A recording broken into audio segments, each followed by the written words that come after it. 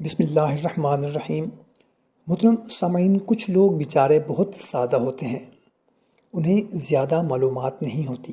ایک دوست بتا رہے تھے کہ میں عمرہ پر گیا تو وہاں پر ایک بندہ ظہر کی نماز کے بعد میرے پاس آیا اور مجھ سے پوچھا کہ یہ طواف کب ختم ہوگا۔ میں نے اس سے پوچھا کہ بھائی آپ نے کتنے چکر لگا لیے ہیں طواف کے؟ تو اس نے بتایا کہ چکر کا مجھے نہیں پتہ، میں نے فجر کی نماز کے بعد ہی طواف کرنا شروع کیا تھا، مگر یہ تو ختم ہی نہیں ہوتا۔ اب بیچارہ صبح سے چلتے چلتے تھک گیا تھا، تو پھر میرے پاس آیا اور مجھ سے پوچھا۔ تو میں نے کہا بھائی جان، طواف کے تو 7 چکر ہوتے ہیں، 7 چکر لگانے کے بعد طواف ختم ہو جاتا ہے۔ تو اس نے کہا کہ بھائی مجھے تو پتہ ہی نہیں تھا، میں تو صبح فجر کے بعد سے ہی طواف کر رہا ہوں، میں سمجھا تھا کہ یہاں سے پھر سب لوگ چلے جائیں گے۔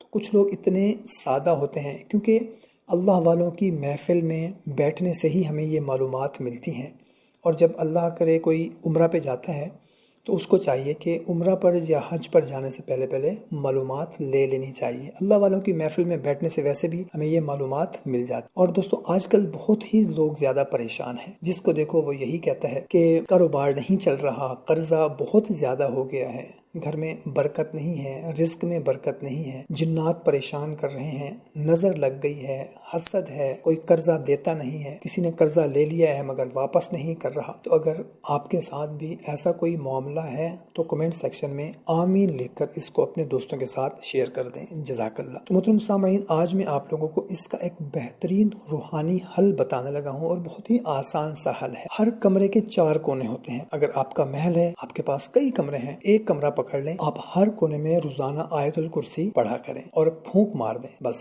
آپ کے پاس 5 کمرے ہیں، 6 کمرے ہیں، 4 کمرے ہیں، تو 5 بیڈ رومز میں 5 کمروں میں پڑھنا ضروری نہیں ہے۔ ہاں، یہ آپ کر سکتے ہیں کہ ایک دن ایک کمرے میں پڑھ لیں، دوسرے دن دوسرے میں، اور ایسے ہی 5 میں روزانہ کی بنیاد پر ہر ایک کمرے میں پڑھتے رہیں۔ اور اگر ایسا نہیں کرنا تو ایک ہی کمرے میں پڑھتے رہیں، 4 کونوں میں 4 مرتبہ آیت الکرسی پڑھیں۔ تو اس سے آپ کو 2 فائدے ہوں۔ ایک تو جتنی بھی پریشانیاں ہیں، مشکلات ہیں، مصیبتیں ہیں، تمام ختم ہو جائیں گی اللہ کے حکم سے۔ رزق میں برکت بے انتہا ہوگی، اللہ تعالیٰ مال بھی بہت ہی زیادہ عطا فرمائے گا۔ یہ حضرت عبد الرحمن ابن عوف کا معمول تھا، وہ روزانہ پڑھتے تھے۔ وہ فرماتے تھے کہ اس کے پڑھنے سے اللہ تعالیٰ نے مجھے بہت مال دیا۔ جب ان کا انتقال ہوا تو ان کے گھر سے بہت زیادہ سونا نکلا تھا۔ تو محترم سامعین، اگر آپ بھی پریشان ہیں کسی بھی وجہ سے، یا مال کی وجہ سے یا رزق کی وجہ سے، تو اس عمل کو کرنا شروع کر دیں۔ اللہ کے حکم سے آپ بھی مالا مال ہو جائیں گے، آپ کی بھی پریشانیاں ختم ہو جائیں گی۔ آخر میں آپ سے ریکویسٹ ہے کہ 5 وقت کی نماز کا معمول بنائیں، خود بھی اور اپنے دوستوں کو بھی دعوت دیں۔